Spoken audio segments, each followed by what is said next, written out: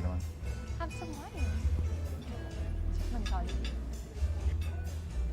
It's okay. Pwede tayo, ma. Yeah, eat a lot. Mr. MVN, Yes. first of all, congratulations po sa success ng Ninja Key. Thank you. Hindi po papaligid-ligid pa, Mr. MVN.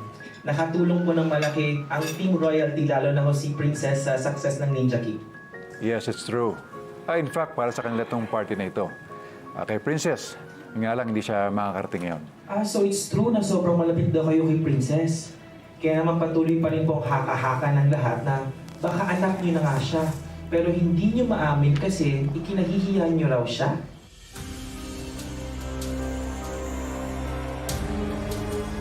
You know what? No. This is not the right time for this.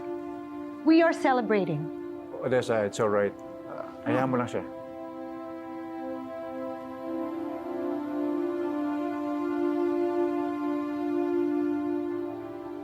Hindi ko kinahiya si Princess.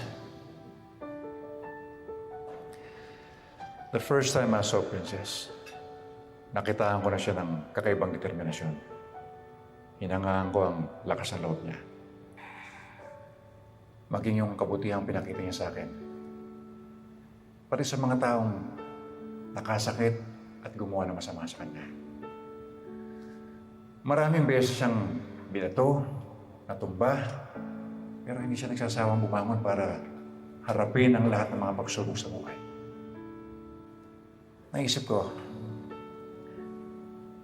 this girl, si Princess, parang ako lang ito eh. Hanggang sa isang araw, dumating yung mga sagot sa katanungan ko. Kaya ako pala nakikita ang sarili ko kay Princess.